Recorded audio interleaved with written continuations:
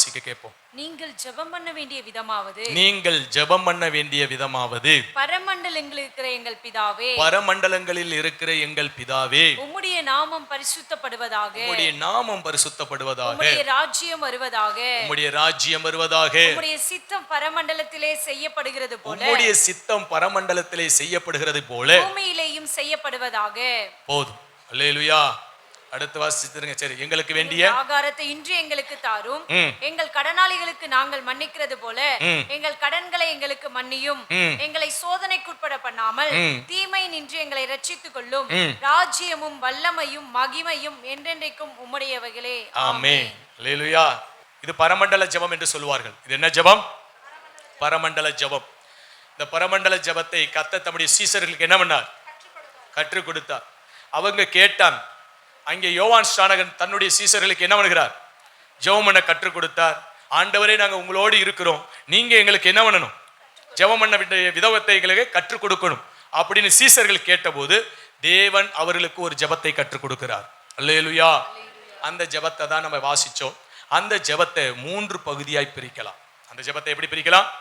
பரமண்டலத்தில் இருக்கின்ற எங்கள் பரலோக பிதாவே, உம்முடைய நாமம் பரிசுத்தப்படுவதாக, உம்முடைய ராஜ்யம் வருவதாக, உம்முடைய சித்தம் பரமண்டலத்தில் செய்யப்படுகிற போல இந்த பூலோகத்திலும் செய்யப்படுவதாக, அன்றன்று வேண்டிய ஆகாரத்தை இன்று எங்களுக்கு தாரும், நாங்கள் மற்றவருடைய கடனாளியை மன்னிக்கிறது போல எங்களுடைய கடனாளியை மன்னித்தலும், சோதனைக்கு உட்படாதபடிக்கு தீமைக்கு எங்களை விலக்கி காத்துக்கொள்ளும், ராஜ்யமும் வல்லமையும் மகிமையும் என்றென்றும் உம்முடையவைகளே என்று ஆண்டவர் இயேசு சீசர்களுக்கு இந்த ஜெபத்தை கற்றுக் கொடுக்கிறார். அதனால நான் தினமும் அதிகாலையில் எழும்பின உடனே முதல் ஜெபமா இந்த ஜெபத்தை ஏறெடுத்துட்டு தான் அடுத்த ஜெபங்களுக்குள்ளே நான் என்ன பண்றது? கடந்து போகிறது. ஏன்னா இயேசு சீசர்களுக்கு என்ன பண்ணார்? கற்றுக் கொடுத்த ஒரு ஜெபம் என்று சொல்லி இதை ஆர்சியில செய்வாங்க. பரமண்டல ஜெபம்னே சொல்லுவாங்க இல்ல? சோத்திரம். பெந்தேகோஸ்தல யாரும் அவ்வளவா சொல்லி அதை தீவிரப்படுத்துறது இல்லை. ஆனா எனக்கு ஆவியில உணர்த்தப்பட்டதுனால ஒவ்வொரு நாள் காலையில எழும்பணும்னு முதல்ல நான் ஏறெடுக்கிற ஜெபம் இந்த பரமண்டல ஜெபம். இந்த பரமண்டல ஜெபத்துடைய சில காரியங்களை பார்த்து சுருக்கமாய் சமயத்துக்கு ஏற்ற மாதிரி முடிப்போம். அல்லேலூயா. இப்பயே மணி 12 நெருங்க போகுது. சோத்திரம். 12 தாண்டிடுச்சுனாலே நமக்கு மனசுக்கு என்ன ஆயிப்போம்? சோத்திரம். முடிக்கிற நேரத்துல தான் இவர் துவங்கி இருக்கிறார். இதுக்கு முன்னால பெரிய கதையே பேசியிருக்கிறார், அவருடைய வரலாறை சொல்லி வச்சிருக்கிறார். இதெல்லாம் தேவையா? வந்தமா, செய்தியை கொடுத்தமா, 12 மணிக்கு முடிச்சமா, எங்களை எல்லாம் அனுப்பி விட்டீங்கன்னா அழகா சந்தோஷமா என்ன பண்ணுவோம்? போமா இல்லையா? எங்களுக்கு பல ஜோலிகள் இருக்கு. இதில் வேற விசேஷத்துக்கு பத்திரிகை கொடுத்துருக்குறாங்க. மதியத்தில் வந்து அங்கே சாப்பிடலாம்னு ஒரு பிளானை போட்டு வீட்டில் வேற சமைக்கலை. 1 மணிக்கு போனால் அங்கே ரசம் தான் இருக்கும், கறிச்சோரெல்லாம் இருக்காது. இவர் வேற சூழ்நிலை புரியாமல் என்ன பண்ணிட்டு இருக்கிறார்? மைக்கை ஆஃப் பண்ணாமல் பிரசங்கத்தை என்ன பண்ணிட்டு இருக்கிறார்? பல வேலைகள் இருக்கு அப்படின்னு சொல்லி மனசில் ஓடுது. பத்தியலா? சோத்திரம். ஓடுதோ இல்லையோ எனக்கு தெரியாது, கர்த்தர் நல்லவராக இருக்கிறார். அப்படி ஒரு தடவை சபையில் சொன்னேன். அதே கண்டிஷனில் ஒரு ஆள் உட்கார்ந்துட்டு இருந்துச்சு. அதனாலவே கர்த்தர் இன்னைக்கு கால தாமதமாக அனுப்புவார்னு சொன்னேன். சும்மா தான் சொன்னேன். அது கால தாமதமாகவே போயிருச்சு. அப்புறம் சொன்னாங்க, இனி அங்கே போனால் சோறு இருக்காது, வீட்டில் போய் சமைச்சு சாப்பிட்டுக்கிறோன்னு சொல்லிட்டாங்க. அல்லேலூயா. நான் நினச்சேன் சங்கடப்படுவாங்கன்னு நினச்சேன். இல்லைங்க, கர்த்தர் பேசிட்டாருன்னு சொல்லிட்டாங்க. அல்லேலூயா. சரி, தேவனுக்கு மகிமை உண்டாகட்டும். அதனால சோத்திரம். ஸ்டார்டிங் டைம் தான் நமக்கு என்ன சொல்லுங்க பார்ப்போம். 9 o'clock. என்ன கிளாக்கு? 9 o'clock. எண்டிங் டைம் யார் கையில் இருக்கு? ஆமா, தேவனுடைய கரத்துல இருக்கு அப்படின்னு நீங்க சொல்றீங்க. ஆனா உங்க கையில தான் இருக்குன்னு சில பேர் சொல்றீங்க. ஒரு ராஜா கிட்ட போய் மந்திரி கேட்டானா. ராஜாவுக்கு மந்திரி ரொம்ப அறிவாளி. அந்த அறிவாளியா இருந்த மந்திரி கிட்ட இவனை முட்டாளாக்கணும். இவன் என்ன பண்ணணும்? நம்ம ராஜாவா இருக்கிறோம், இவ்வளவு புத்திசாலியா இருக்கிறானே அப்படின்னு பிரபுக்களுக்கு மத்தியில இவனை முட்டாளாக்கி காமிக்கணும்னு ஒரு காரியத்தை செஞ்சார். என்ன செஞ்சாருன்னா, உயிருள்ள வண்ணத்து பூச்சியை கையில பிடிச்சிட்டார். பிடிச்சிட்டு, நீ தான் பெரிய அறிவாளியாச்சே, இப்ப நீ சொல்லு, நான் கையில ஒரு வண்ணத்து பூச்சியை பிடிச்சு வச்சிருக்கிறேன், அது உசுரோட இருக்கா இல்ல செத்து இருக்கா, நீ சொல் அப்படின்னு அந்த புலவனை பார்த்து கேட்டாலாம். அவன் ரொம்ப அறிவாளி இல்லையா? அவன் சொன்னானா, அது உயிரோடு இருக்கிறது சாகிறது உன் கையில தான் இருக்குன்ட்டான். உயிரோடு இருக்கிறதா? இவன் நினைச்சான் உசுரோட இருக்குன்னா ஒரு அமுக்கு அமுக்கிட்டு, பத்தியா செத்து போச்சு. இந்த புலவன் பெரிய ஞானின்னு சொன்னீங்களே, இவன் முட்டாள் அப்படின்னு இருப்பான். ஒருவேளை செத்து போச்சுன்னா உயிரோடு இருக்கிறத என்ன பண்ணிடலாம்? பறக்க விட்டு இவன் என்ன பண்ணிடலாம்? இவனுடைய அறிவு கூர்மையே தகர்த்திடலாம் அப்படின்னு நினைச்சான். அவன் ராஜாவுக்கு மிஞ்சின ஒரு ஆள்.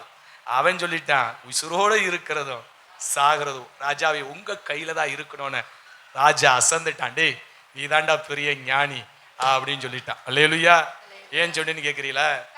ஆமா ஐயா, முடிக்கிறது ஆவியானவர் கையில இல்ல, உங்க கையில தான் இருக்குதுன்னு சொல்ற மாதிரி உங்க பார்வை இருக்கு. அல்லேலூயா. இல்ல சோத்திரம், கத்த நடத்துவார்.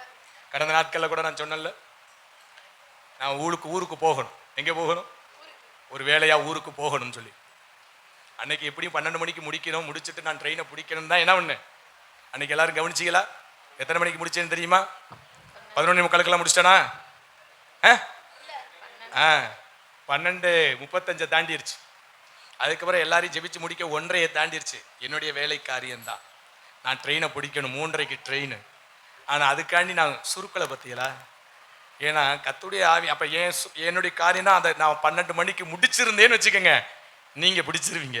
அது எப்படி உங்களுக்கு மட்டும் ஆவியானவர் 12 மணிக்கு முடிக்கிறார், மற்ற நாளெல்லாம் 12:30க்கு முடிக்கிறாருன்னு என்ன பண்ணிடலாம்? நல்ல வேலை கத்துடைய ஆவியானவர் அன்னைக்கு கூடுதலாக கொண்டு போயிட்டார், நான் தப்பிட்டேன். அல்லேலூயா.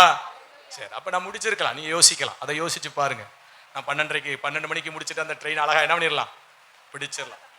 ஆனால் கத்துடைய ஆவியானவருக்கு நம்ம இடம் கொடுக்கறதுனால கூடுதலான நேரங்கள் நமக்கு நன்மையான காரியங்களை கத்தர் கொண்டு வந்து சேர்க்கிறார். அல்லேலூயா. சரி, எப்படி ஆண்டவர் இறக்கம் செஞ்சு அந்த ட்ரெயினை பிடிக்க எனக்கு கிருபை பாராட்டினார், தேவனுக்கு மகிமை உண்டாகட்டும். சரி, போகட்டும். அதனால கூடுதலாகன்னு சொல்லி இது பண்ணிக்க வேண்டாம். சோத்திரம். அதுவும் நமக்கு நன்மைன்னு எடுத்து பழகுங்க. அதுவும் எதுக்குதான் நன்மைன்னு எடுத்து பழகுங்க. சில சமயங்க சோத்திரம், நான் ஒரு பயணத்தில் போனேன். ஒரு வாகனம் எனக்கு முன்னால் போயிட்டு இருக்கு. நான் ஆலயத்தில் ஒரு சூழ்நிலை நிமித்தம் கரூருக்கு ஊழியத்துக்கு போயிட்டு ரிட்டர்ன் போகும்போதே ஒரு சர்ப்பம் என்னோடு பேசுது. நான் என்ன செய்கிறேன் பார் அப்படின்னு.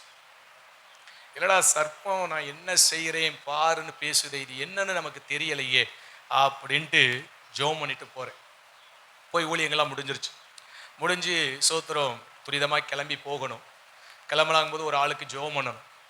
அதனால ஜெபம் பண்ணிட்டு என்ன பண்ணுறேன், ஒரு அந்த நேரத்தில் வந்தாங்க, தவிர்க்க முடியல, சரின்னு ஒரு 2 நிமிஷம் அப்படி லேட் ஆயிடுச்சு. ஜெபம் பண்ணிட்டு அப்படி போகிறேன்.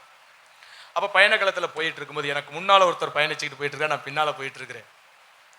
கொஞ்ச நேரத்தில் ஒரு பெரிய ஆக்சிடென்ட் நடந்துச்சு முன்னால் போனவனுக்கு. அப்போ நான் நினச்சேன், கொஞ்சம் முன்னால் கிளம்பியிருந்தா அந்த விபத்துக்குரியவனாய் நான் என்ன பண்ணியிருப்பேன், மாற்றப்பட்டிருப்பேன். கொஞ்சம் தாமதம் எனக்கு அந்த ஆபத்தை என்ன பண்ணிருச்சு, தப்பு வைத்தது. கர்த்தாவே உமக்கு ஸ்தோத்திரம். அல்லேலூயா.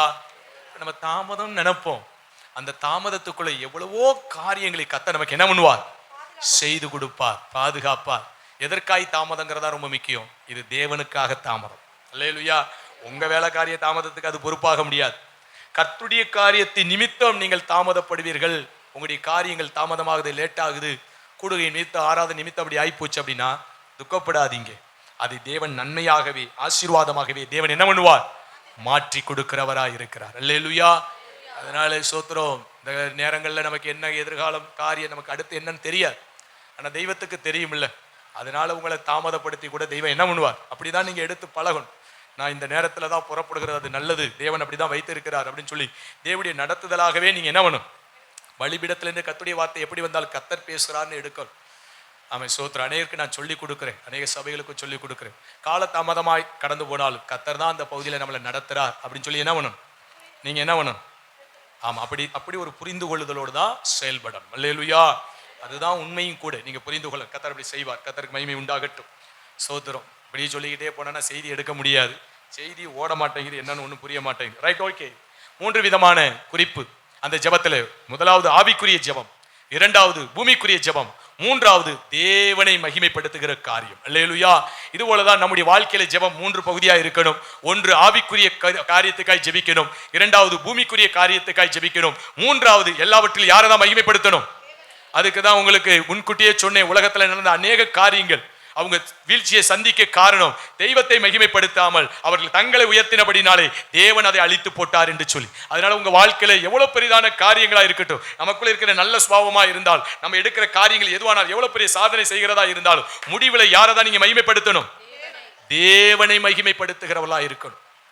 ஒரு ஊழியக்காரர் வீடு பிரதிஷ்டை நடக்குது. வீடு பிரதிஷ்டை நடந்து சாட்சி காரியங்கள் வரும்பொழுது சாட்சியில் ஒரு காரியத்தை சொல்லி வருகிறார். அதுல சொல்லி முடிக்கும் போது தேவனை மகிமைப்படுத்தாம மனுஷனை என்ன பண்றார், இவர்களால தான் நான் கட்டி முடிச்சு இந்த வேலை இன்னைக்கு பிரதஸ்ட் அப்படின்னு கொண்டு வர்றார். யாரால? அவங்களுடைய உறவுக்காரவங்க உதவி செய்தது நிமித்தமாக இந்த காரியங்களை செய்து முடித்தேன் அப்படின்னு சொல்லி இடைப்பட்ட வேலையில சொல்லலாம், சொல்லக்கூடாது. இவங்க உதவி செஞ்சா அவங்க செஞ்சாங்க, கட்ட கடைசியா யாருக்கு தான் மகிமையை செலுத்தணும்? தேவன் இந்த காரியங்களை வைக்க பண்ணி மகிமையாய் செய்து முடித்தார்னு அந்த மகிமையை எங்க போய் சேர்த்துறணும்? ஆனா அப்படி சேர்க்கல. ஆனா அதற்கு பிந்திய காலங்கள்ல அந்த வீட்டுக்குள்ள அவங்க நிம்மதியா வாழல, அந்த வீட்டுக்குள்ள அவங்க நிம்மதியா வாழ முடியல, மனுஷனை மேன்மைப்படுத்தினதுனால. அதனால எந்த காரியத்திலும் நீங்க முடிவுல மகிமைன்னு வரும்போது யாருக்கு தான் செலுத்தணும்? நான் என் மகிமையை வேற ஒருவனுக்கும் கொடேன் என்று கர்த்தர் சொல்லி இருக்கிறார். அல்லேலூயா. எடுத்துக்கொள்ளவே கூடாது, எந்த மனுஷனுக்கும் கொடுக்க கூடாது, நமக்கு எடுத்துக்க கூடாது. அது யாருக்கு தான் செலுத்தணும்? தேவனுக்கு தான் செலுத்தணும். அதனாலதான் அந்த ஜெபத்துல முடியும் போது ராஜ்யமும் வல்லமையும் மகிமையும் என்றென்றும் உம்முடையவைகளே என்று சொல்லி இரட்சகர் அந்த ஜெபத்திலே முடிவுல தேவனுக்கு மகிமையை செலுத்தணும்பான்னு சொல்லி அந்த பகுதியை சீசர்களுக்கு அப்போஸ்தலர்களுக்கு கற்றுக் கொடுக்கிறார். நீங்களும் நானும் கற்றுக்கொள்ளணும். எந்த காரியத்திலும் மகிமையை யாருக்கு செலுத்திருங்க? உங்களுக்கு எவ்வளவு பெரிய ஆசீர்வாதத்தை கர்த்தர் தந்தால், எவ்வளவு ஞானம் புத்தி அறிவு படிப்பை தந்தால், மேன்மையை தந்தால், வசதி வாய்ப்புகளை தந்தால், எவ்வளவு உயர்வை தந்தால், அந்தஸ்தை தந்தால், ஆச்சரியமான காரியங்களை, பிரமிக்கத்தக்கதான காரியங்களை உங்களை கொண்டு கர்த்தர் பெரிய காரியங்களை செய்தாலும் யாருக்கு மகிமையை செலுத்தணும்? தேவன் தான் சொல்லி என்ன பண்ணணும்? அவருக்கு தான் மகிமையை செலுத்தணும். எல்லா தோல்விக்கு நான் மட்டும்தான் காரணம், எல்லாவற்றிற்கும் இயேசு மட்டும்தான் காரணம். அல்லேலூயா. அப்படி தேவனுக்கு என்ன பண்ணணும்? மகிமையை செலுத்தி பழகுங்க. அப்படி மகிமையை செலுத்த செலுத்த செலுத்த நம்ம வாழ்க்கை ஆசீர்வதிக்கப்பட்டு கொண்டே இருக்கும். ரைட். அந்த ஜெபத்துடைய 3வது பகுதி தேவனுக்கு மகிமையை செலுத்தணும். நீங்க எந்தெந்த பகுதியில எல்லாம் மகிமையை செலுத்தலையோ அதெல்லாம் அழிக்கப்பட்டு போகும், அது நஷ்டப்பட்டுரும், அதுல சோத்திரம் பெரிய இழப்பை சந்திச்சிருவீங்க. அதனால எந்த விஷயத்திலும் உங்களை பெருமை பாராட்டிடாதீங்க, மனிதர்களை பெருமை பாராட்டிடாதீங்க. யாரை குறித்தே மேன்மைப்படுத்தணும்? இயேசுவை குறித்தே, தேவனை குறித்தே மேன்மை பாராட்ட வேண்டும் என்று சொல்லி அந்த பகுதியிலே ரொம்ப தெளிந்த புத்தி உள்ளவர்களாய் இருங்க. அப்பொழுது உங்களுக்கு அந்த நன்மை தொடர்ந்து பாதுகாப்பாய் அது ஆசீர்வாதமாய் இருக்கும். சவுல் தமக்கென்று ஒரு ஜெயஸ்தம்பத்தை நாட்டினதுனாலே அவர் தேவன் அந்த ராஜாங்கிற ஸ்தானத்தை என்ன பண்ணிட்டார்? நீக்கிட்டார். அதனால நமக்காக அந்த பேர் புகழை கொண்டு வந்துடக்கூடாது, மற்றவர்களுக்கு அந்த பேர் புகழை கொண்டு போய் என்ன பண்ணிடக்கூடாது? சேர்த்துடக்கூடாது. ஒரு வேலை செய்யும் போது 1000 பேர் உதவி செய்வாங்க. அந்த கட்டட பணி நடக்குது, எவ்வளவு பேர் உதவி செய்யறாங்க? வேலையாட்கள் இருக்கிறாங்க, சோதரி இருக்கிறாங்க, பல பேருடைய காரியங்கள் சோத்திரம் எல்லாம் ரைட்டு தான், சொல்லி சொல்லி வரலாம். ஆனா எல்லாவற்றையும் அந்த ஒன்று கூட்டி அதை எல்லாம் நடப்பி கட்டி எழுப்புறார் பத்தியில, அந்த தேவனுக்கு முழு மகிமையை கொண்டு போய் சேர்க்கணும். அல்லேலூயா. அதை விட்டு மனுஷனை மட்டும் மேன்மைப்படுத்திட்டு போயிட்டோம்னா சோத்திரம் சுகமாய் ஜீவிக்க முடியாது, சமாதானமாய் ஜீவிக்க முடியாது, ஆசீர்வாதமாய் ஜீவிக்க முடியாது. அதனால எந்த ஒரு பகுதியாக இருந்தாலும் தேவனுக்கு மகிமையை செலுத்திருங்க, அது தொடர்ச்சியாய் நம்ம வாழ்க்கையில் ஆசீர்வாதமா இருக்கும். அப்ப முதல் பகுதியில் ஆவிக்குரிய பகுதிக்காக என்ன பண்ணணும்? அதுல 3 காரியம். ஆவிக்குரிய பகுதியில 3 காரியம். ஒன்று, பரிசுத்தமாக்கப்படும். உம்முடைய நாமம் பரிசுத்தப்படுவதாக. அப்ப நம்முடைய வாழ்க்கையில எதற்காக ஜெபிக்கணும்? பரிசுத்த. ஏன்னா தேவனுடைய நாமம் பரிசுத்தப்படணும் அப்படின்னா நீங்களும் நானும் பரிசுத்தமா என்ன பண்ணணும்? பிள்ளை தப்பு செஞ்சுச்சுன்னா பெற்றோரை தான், இந்த பிள்ளைய பெற்றிருக்கிறாங்க பார், பிள்ளைய வளர்த்திருக்கிறாங்க பார், இன்னாருடைய பிள்ளை, பெத்தவங்களுடைய வளர்ப்பு சரியில்லைன்னு யாரை குற்றம் சாட்டுவாங்க? பெற்றோரை கை நீட்டிடுவாங்க. அதுபோல நாம் பரிசுத்த குலைச்சல் அடையும் போது நம்முடைய பரிசுத்த தேவனுக்கு அது மகிமையா இருக்கார். அவர் பரிசுத்தம் உள்ள தேவன் என்கிறதை நம்ம வாயில சொல்றோம். ஆனா மற்றவர்கள் அறியணும்னா, புறஜாதிகள் அறியணும்னா நீங்களும் நானும் பரிசுத்தமாய் ஜீவிக்கும் போதுதான் நம்முடைய தேவன் பரிசுத்தம் உள்ளவர்கள் என்று அவர்கள் என்ன பண்ணுவார்கள்? அறிக்கை செய்வார்கள். அல்லேலூயா. முதலாவதாய் நம்ம எதற்காய் ஜெபிக்கணும்? ஆவிக்குரிய ஜெபம், அதிலே பிரதானமாய் பரிசுத்தம். அல்லேலூயா. அந்த பரிசுத்தம் நம்முடைய சிந்தையிலே காக்கப்படும், நம்முடைய பார்வையிலே காக்கப்படும், நம்முடைய பேச்சிலே காக்கப்படும், நம்முடைய செயல்பாடுகளே காக்கப்படும். உலகத்துல போனா பல விதங்களிலே பரிசுத்த குலைச்சல் உண்டாகும்படி எதிர்பாளர் மூலியமாய் பலவிதமான சோதனைகள் வரும். அதன் மத்தியிலும் பரிசுத்த ஜீவியத்தை நீங்களும் நானும் பேணி காக்கும் போது கர்த்தர் நம்மிலே மகிமைப்படுவார். அல்லேலூயா. அல்லேலூயா. எதிர்பாளர் மூலியமாய் பல விதங்களில் நமக்கு என்ன வரும்? சோதனைகள் வரும். ஆனாலும் நீங்களும் நானும் எப்படி இருக்கணும்? பரிசுத்த ஜீவியத்தை பேணி காக்கணும். அதற்காக நாம் ஜெபிக்கணும். அதான் ஆவிக்குரிய வாழ்க்கையில சோத்திரம் முதல் பிரதானமாய் ஜெபிக்கிறது. இரண்டாவது, ஆமை சோத்திரம், உம்முடைய ராஜ்யம் வருவது போல, ஆமை சோத்திரம், அவருடைய ராஜ்யம் நமக்குள்ள என்ன பண்ணணும்? வரணும். பரமண்டலத்தில் அவருடைய ராஜ்யம் நடக்குது, இங்கே நம்முடைய அவருடைய ராஜ்யம் என்ன பண்ணணும்? வரணும். அவருடைய ராஜ்யம் வரணும்னா என்ன? ஆமா, மார்க் 9:1 வாசிப்பீர்களானால், பலத்தோடு அவருடைய ராஜ்யம் வருவதற்குள் நீங்கள் மரிக்கப் போவது இல்லை என்று வேதம் சொல்லுகிறது. அல்லேலூயா. அந்த வசனத்தை வாசிங்க, மார்க் 9:1. அன்றியும் அவர் அவர்களை நோக்கி, ஆ. இங்கே நிற்கிறவர்களை சிலர் சிலர் தேவனுடைய ராஜ்யம் பலத்தோட தேவனுடைய ராஜ்யம் பலத்தோடு வருவதற்குள் வருவதை காணும் முன் மரணத்தை ருசி பார்ப்பதில்லை என்று அப்ப மெய்யாகவே உங்களுக்கு பலத்தோடு தேவனுடைய ராஜ்யம் வருதுன்னு சொல்லப்படுகிறது. அது எதுனா பெந்தெகோஸ்து நாளிலே இறங்கி வந்த பரிசுத்த ஆவியானவர். அல்லேலூயா. ஒவ்வொரு நாளும் ஆவியானவரால் நிரப்பப்படவும் ஆவியானவரால் நடத்தப்படணும். இதற்காய் தேவனிடத்தில் ஜெபிக்கணும். அல்லேலூயா. ஏசப்பா என்னை நிரப்பிருங்க, ஏசப்பா நீங்க என்னை ஆவியானவரால் என்ன பண்ணிருங்க. அவர் வந்து நிரப்பி நடத்தும் போதுதான் அது அவருடைய ராஜ்யம். இல்லைன்னா நம்ம ராஜ்யம்தான். நமக்கு பிடிச்சதை செய்வோம், நமக்கு பிடிச்ச காரியங்கள் எல்லாம் நிறைவேற்றிட்டு போயிருவோம். நம்ம ராஜ்யம் நம்ம வாழ்க்கையில நடக்கக்கூடாது. எந்த ராஜ்யம் நமக்குள்ளே நடக்கணும்? தேவ ராஜ்யம். அந்த தேவ ராஜ்யம் நடக்கணும்னா பரிசுத்தாவியினால் நிரப்பப்பட்டு பரிசுத்த ஆவியானவரால் நடத்தப்படணும். அப்ப ஒவ்வொரு நாளும் ஆவியானவரை என்னை நிரப்பி ஆவியானவரை நீர் என்ன வேணும் நடத்தும் சொல்லி நாம் ஜெபிக்கணும். மூன்றாவதாய் உம்முடைய சித்தம் பரமண்டலத்திலே தேவ சித்தம் நிறைவு போல இந்த பூலோகத்திலே உம்முடைய சித்தம் என்ன வேணும் அப்படின்னா விருப்பம். அததான் கல்வாரி பகுதியில் அதிகமாய் சொல்லி வந்து நம்முடைய விருப்பம் அல்ல, தெய்வத்துடைய விருப்பம் நடக்கும். தெய்வத்துடைய விருப்பம் நடக்கணும், அதுதான் சித்தம்னு சொல்றோம். அப்ப ஆண்டவரே என் வாழ்க்கையில எனக்கு பிடிச்சிருந்தாலும் சரி பிடிக்கலைனாலும் சரி என்னுடைய காரியம் அல்ல, தேவனுடைய விருப்பம் தேவனுடைய சித்தம் என் வாழ்க்கையில என்ன பண்ணட்டும் நடக்கட்டும். ஏசப்பா கெத்செமனேயில ஜெபிக்கும் போது என்ன சொல்லி ஜெபம் பண்ணார்? இந்த பாத்திரம் நீங்க கொடுமானால் நீங்கட்டும், ஆயினும் என்னுடைய சித்தத்தின்படி அல்ல உம்முடைய சித்தத்தின்படி.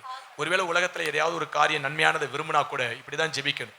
ஆண்டவரே நான் இந்த பகுதியை விரும்புறேன், கர்த்தருக்கு சித்தமானால் இந்த காரியங்கள் வாய்க்கட்டும், இல்லைன்னா நீங்க என்ன பண்ணிருங்க தடை செய்திருங்க. உமக்கு சித்தம் இல்லாதது என் வாழ்க்கையில என்ன பண்ண வேண்டாம். அப்படி தேவ பிள்ளைகள் தேவ சித்தத்துக்கு ஒப்பு கொடுத்து என்ன பண்ணணும் ஜெபிக்கிறவர்களா இருக்கணும். அப்ப ஆவிக்குரிய பகுதிக்காய் ஜெபிக்கணும் பிரதானமாய். அதுல 3 காரியத்தை ஆண்டவர் கற்றுக் கொடுத்தார். ஒன்று பரிசுத்தம், இரண்டாவது பரிசுத்தாவியானுடைய நடத்துதல், மூன்றாவது தேவ சித்தம். இது நம்ம வாழ்க்கையில குடும்பத்துல பிள்ளைகளுடைய வாழ்க்கையில நிறைவேற வேண்டும் என்று சொல்லி தெய்வத்திடத்துல அதிகாலையில தேவ சமூகத்தில் என்ன பண்ணணும் ஜெபிக்கணும். இரண்டாவது பூமிக்குரிய காரியம். பூமிக்குரிய காரியம் 3. அது என்ன? எங்களுக்கு வேண்டிய ஆகாரத்தை இன்று எங்களுக்கு தார். அப்ப அன்னைக்கு நம்ம வாழ்வதற்கு என்ன வேணும்? ஆகாரம் வேணும். அதனால இன்னைக்கு எங்க குடும்பம் பிள்ளை வாழ்வதற்கு வேண்டிய ஆகாரத்தை தந்து என்ன பண்ணுங்க நடத்துங்க அப்பான்னு சொல்லி ஜெபிக்கும் போது கர்த்தர் நமக்கு இந்த நாள்ல வேண்டிய ஆகாரத்தை நமக்கும் பிள்ளைகளுக்கு தந்து என்ன பண்ணுவார் நடத்துவார். அடுத்து சொல்லப்பட்டிருக்கு எங்கள் கடன்களை மன்னியும், எங்களுடைய கடனாளிகளை நாங்கள் மன்னிக்கிறது போல எங்களுடைய கடன்களை மன்னியும். நம்முடைய தவறுகள்லாம் மன்னிக்கப்படும், குற்றங்கள்லாம் மன்னிக்கப்படும். ஆமை சோத்திரம். இதையெல்லாம் ஆண்டவரை என்ன பண்ணுங்க மன்னிங்க அப்படின்னு சொல்லி மற்றவங்களுடைய குற்றங்களை நம்மளும் மன்னிக்கணும், நம்முடைய குற்றங்களை தேவன் என்ன பண்ணுவார் மன்னிப்பார், நம்முடைய தவறுகள் மன்னிக்கப்படும். மூன்றாவதாய் தீமை எங்களை அணுகாதபடி, துக்கம் எங்களை வேதனைப்படுத்தாதபடி, தீமைக்கு விலக்கி எங்களை என்ன பண்ணிக்கொள்ளுங்க காத்துக்கொள்ளுங்க. மனுஷன் மூலியமாய் தீமை வரும், சூழ்நிலைகள் மூலியமாய் தீமை வரும், பிசாசு மூலியமாய் நமக்கு என்ன வரும் தீமை வரும். இப்படி பல விதங்கள்ல தீமை நம்மளை சூழ்ந்து கொள்கிறதா இருக்குது. ஆனாலும் இந்த தீமைகள்லாம் எங்களை அணுகாம என்ன பண்ணுங்க காத்துக்கொள்ளுங்கப்பான்னு சொல்லும் போது தீமை நம்மளை அணுகாதபடி தெய்வம் என்ன பண்ணுவார் பாதுகாக்கிறவராய் இருக்கிறார். முடிவுல சொல்லப்பட்டிருக்கு ராஜ்யமும் வல்லமையும் மகிமையும் எல்லாம் யாருக்கு? கர்த்தருக்கு என்று சொல்லி. அப்ப பரமண்டல ஜபத்துல கர்த்தர் ஒரு 7 காரியத்தை சீசலுக்கு கற்றுக் கொடுக்கிறார். அதுல 3 பகுதியாய் பிரித்தால் முதல் பகுதியில 3 காரியம் அது ஆவிக்குரிய காரியம், இரண்டாவது பகுதியில 3 காரியம் பூமிக்குரிய காரியம், கடைசியில ஒரு காரியம் அது தேவனை மகிமைப்படுத்துகிறது. இந்த அனுபவத்திற்குள்ள நம்முடைய ஜீவியத்திற்குள்ளேயும் நம்முடைய ஜெப வாழ்க்கைக்குள்ளே கடந்து போகும்போது கர்த்தர் நிச்சயமாய் நம்மளை என்ன பண்ணுவார். அப்ப நீங்க ஒரு உபவாசம் போட்டு ஜெபிச்சாலும் சரி, எந்த ஜெபமா எடுத்தாலும் முதல்ல நீங்க ஜெபிக்க வேண்டிய பகுதி ஆவிக்குரிய காரியத்துக்காய் ஜெபிக்கணும். இரண்டாவது நமக்கு ஜெபிக்கணும் இந்த பூமியில நமக்கு வாழ என்னென்ன பிரச்சனை இருக்கு அதற்காய் ஜெபிங்க. மூணாவது தேவனுக்கு என்ன பண்ணிருங்க மகிமையை செலுத்திருங்க. கர்த்தர் உங்களை ஆசீர்வதிப்பார். அல்லேலூயா. கண்களை மூடுவோமா, முழங்கால் மண்டிடுவோமா, இரட்சகரை நோக்கி பார்ப்போம்.